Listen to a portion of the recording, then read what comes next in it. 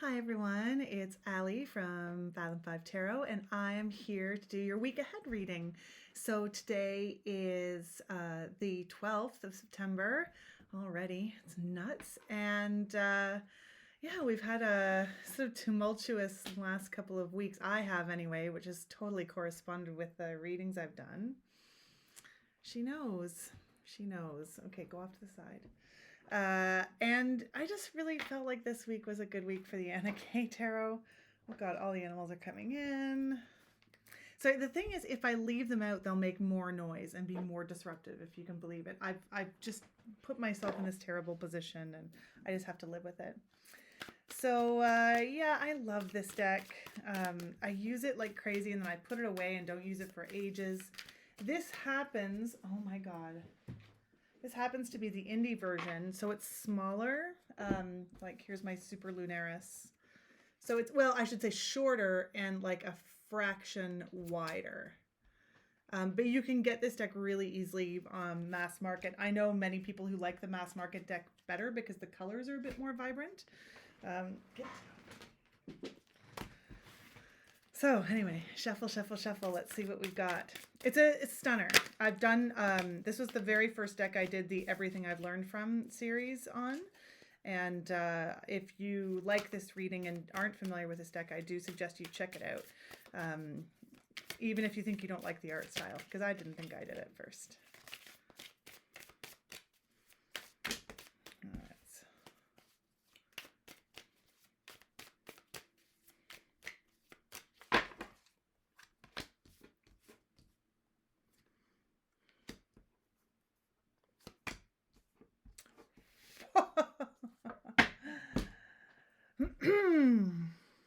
Well, it's not going to get easier this week, I'm afraid.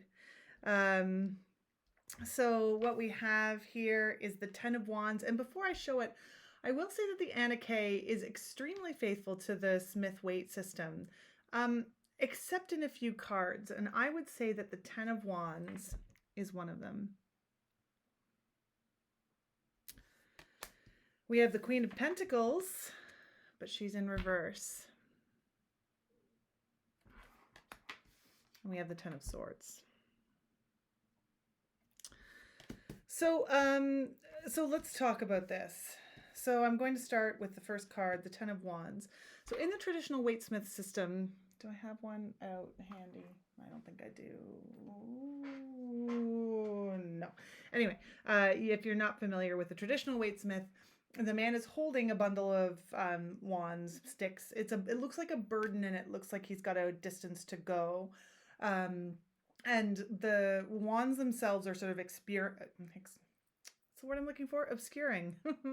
Obscuring his vision on the path in front of him. But he is on the path, right? So either it's like a familiar burden and just part of the grind of what you have to do to get where you're going, or he's just like solid enough to handle it, is that sort of traditional interpretation. Now, in this card, I find it really fascinating because this implies that the wands are something, a fearful burden, something you don't want to have. Where I would say that the traditional interpretation, if you're looking at a Waite-Smith system, is just like, it's more benign than that. It's more routine than that.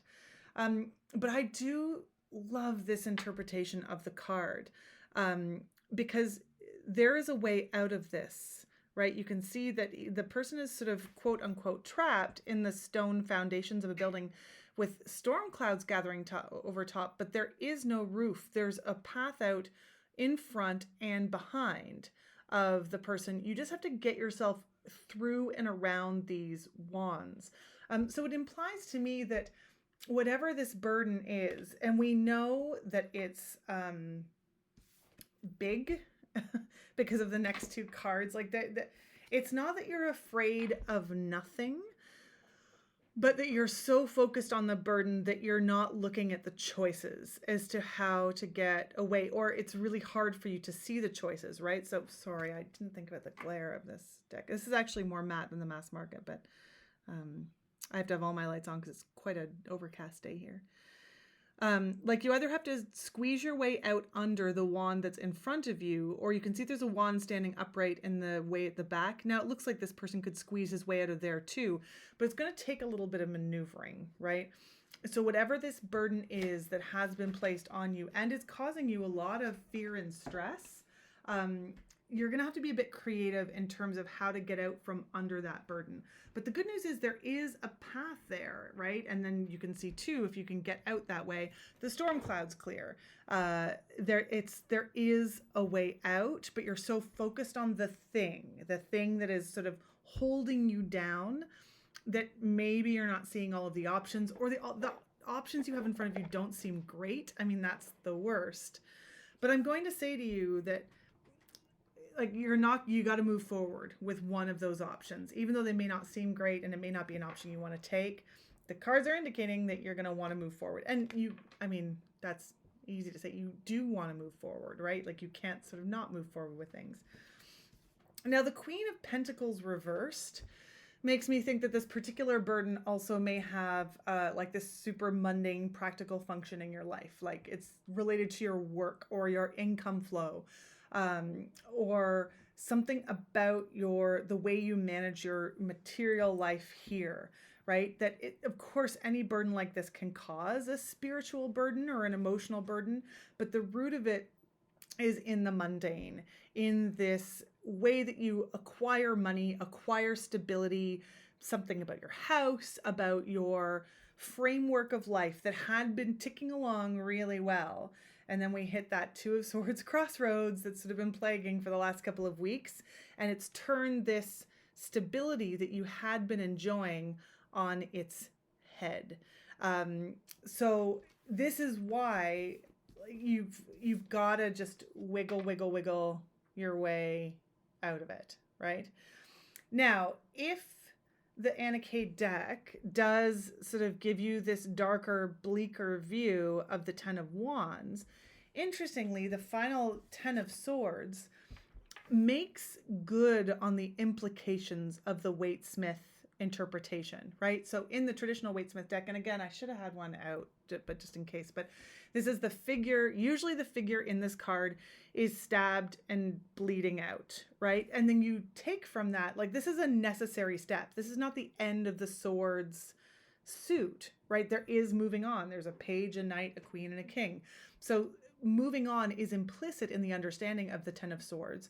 But also, like, there's dark clouds, but there's a sunrise coming. Like, this thing that is happening is leading to something new, and the new thing is already there. The origins of it, the seeds of it are already in the situation, and they're better than where you are now.